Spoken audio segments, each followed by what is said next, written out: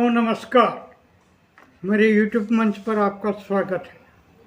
दोस्तों, कभी आपके कानों पर गौरी या राई शब्द टकराया होगा, लेकिन हाँ, अगर आप दक्षिणी राजस्थान के निवासी हैं तो आपको यह बताने की ज़रूरत नहीं है। वहीं अगर देश के अन्य हिस्सों में रहते हैं तो ज़रूर बताना चाहूँगा कि आपने जो दृश्य देखे वे दक्षिणी राजस्थान के प्रसिद्ध लोक नृत्य गौरी के ही कुछ अंश थे, जिसकी इन दिनों पूरे क्षेत्र में धूम मची हुई है। हालांकि इस लोक नृत्य के इतिहास और किंवदंतियों पर जाएं तो वीडियो बहुत ही लंबा हो जाएगा, लेकिन अगर संक्षिप्त में बात करें तो दरअसल राजस्थान की भील और गमेती जाति के आराध्य देव भगवान शिव और पार्वती ही हैं। गौरी नृत्य के पीछे किंवदंती यह है कि भस्मासुर नामक राक्षस भगवान शिव के शरीर पर लगी हुई भस्म से पैदा हुआ था। भस्मासुर ने भगवान शिव से अपनी इच्छा पूरी करने के लिए कहा और उसकी भक्ति से प्रसन्न होकर भगवान शिव ने उसे अपना मनचाहा वरदान देने के लिए सहमति जताई। भस्मासुर को यह शक्ति दी गई थी कि वह जिस किसी के सिर पर हाथ रखेगा उसे जलाकर भस्म कर देगा। इसका परिणाम यह हुआ कि भस्मासुर अहंकारी हो गया और उसने दुनिया के अधिकतर हिस्सों को तबाह कर दिया। तब भगवान शिव ने पार्वती से एक आकर्षक नर्तकी का रूप धारण करने को कहा, जिसने अपने आकर्षण से राक्षस भस्मासुर को मोहित कर लिया और उसे आकर्षण के कारण भस्मासुर ने आश्चर्य से उसे निहारते हुए अपना खुद का हाथ ही अपने सिर पर रख दिया। इससे वह भस्म हो गया। इसी घटना के जश्न को भील और गमेती जनजाति गौरी यानी गौरी नृत्य के रूप में मनाते हैं, जिसका आगाज रक्षाबंधन के बाद से शुरू होकर अनंत चतुर्दशी तक विभिन्न गांवों कस्बों के नुक्कड़ चौराहों पर होता है और सभी पात्रों में पुरुष ही होते हैं। गौरी नृत्य में भगवान शिव को एक अनोखे रूप में दिखाया जाता है, जिसे बुढ़िया कहा जाता है। तो पार्वती यानी गौरी का जो रूप धरता है उसे राई कहा जाता है। यानी जिस तरह शिव पार्वती का नाम एक साथ लिया जाता है, उसी तरह इस नृत्य के मुख्य पात्रों को राई बुढ़िया कहा जाता है। दानव और देवताओं के बीच लड़ाई और सत्य की विजय में कई तरह की लघु नाटिकाओं का मंचन किया जाता है, जिसमें कृष्ण और राधा, जिसे कान्हा गुजरी कहा जाता है, उसका भी मंचन किया जाता है। लेकिन बंजारा और मीणा की लड़ाई तथा हठिया यानी राक्षस वध के दृश्य ही मुख्य नाटिकाएं गौरी नृत्य में मानी गई है, जिसे देखने के लिए ग्रामीण ही नहीं शहरी लोग भी उमड़ पड़ते हैं। तो आइए आप भी मेरे साथ दोनों ही नाटिकाओं का लुत्फ लीजिए, जो गत दिनों विश्व प्रसिद्ध बर्ड विलेज मेनार में मंचित की गई। लेकिन इससे पहले आपसे रिक्वेस्ट है कि अगर अभी तक आपने मेरे चैनल को सब्सक्राइब नहीं किया है तो प्लीज़ सब्सक्राइब कर लीजिए। तो चलो बढ़ते हैं आगे और सबसे पहले देखते हैं गौरी नृत्य की थीम।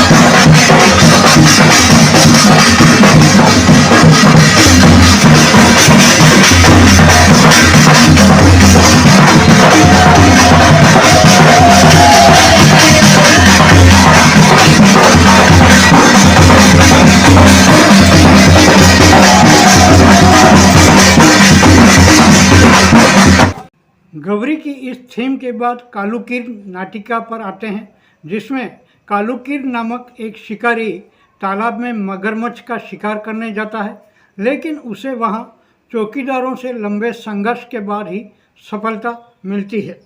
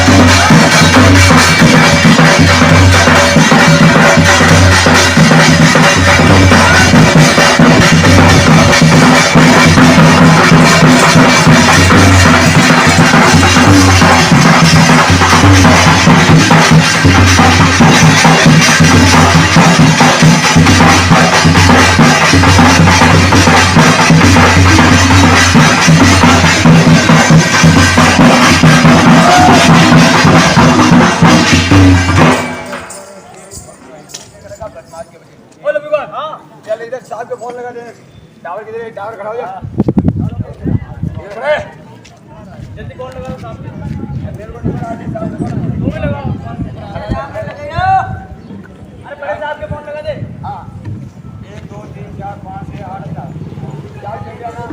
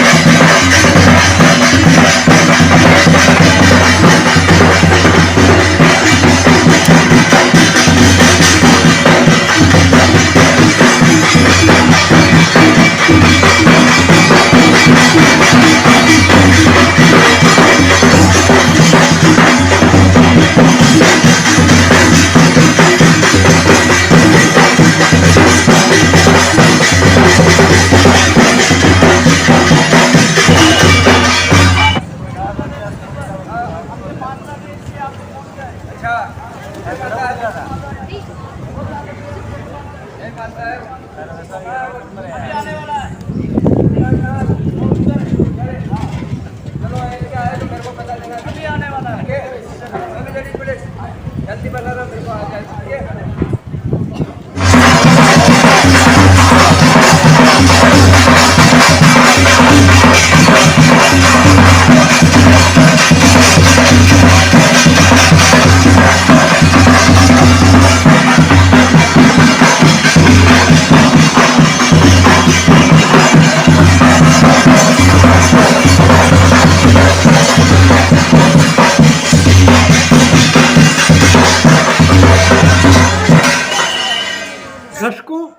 जैसा कि मैंने पहले ही बताया था कि गौरी मंजन के दौरान भगवान श्री कृष्ण और राधा के दृश्य भी दिखाए जाते हैं। तो देखिए श्री कृष्ण की स्तुति की एक छोटी सी झलक।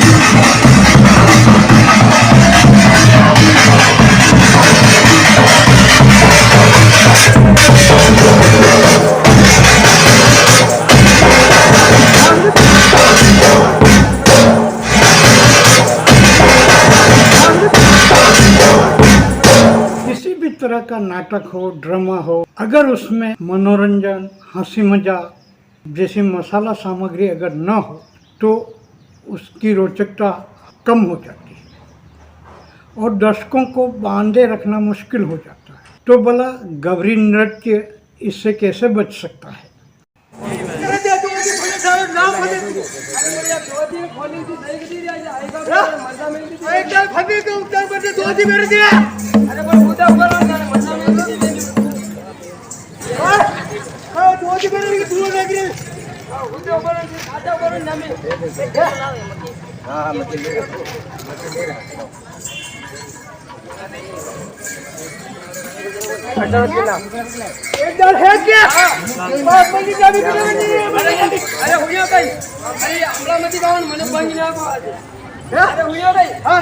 अरे साले खबर कोई नहीं। हाँ अरे अपने हड्डी बिटे में लो कटे अरे ऊपर आ रहा मैं मेरा दे और लौंडा रोनी दे और लौंडा मधुरा दे और लौंडा तेरे गुजरी दे।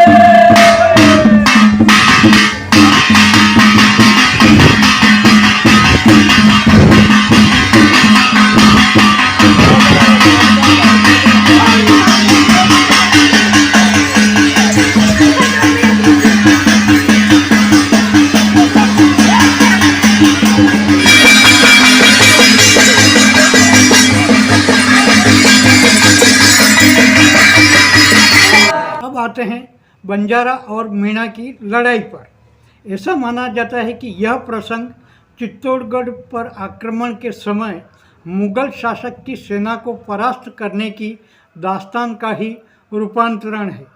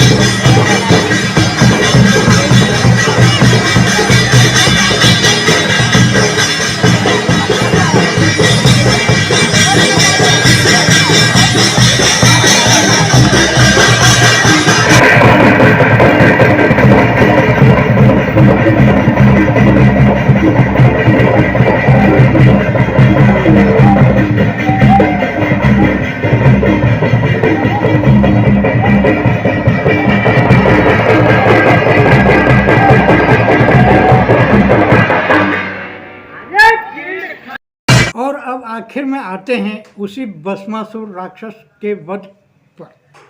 जिसके बारे में मैंने प्रारंभ में बताया था कि किस तरह माँ पार्वती रौद्र रूप में काली का अवतरण करके राक्षस भस्मासुर और उसके अन्य सहचरों का खात्मा करती है।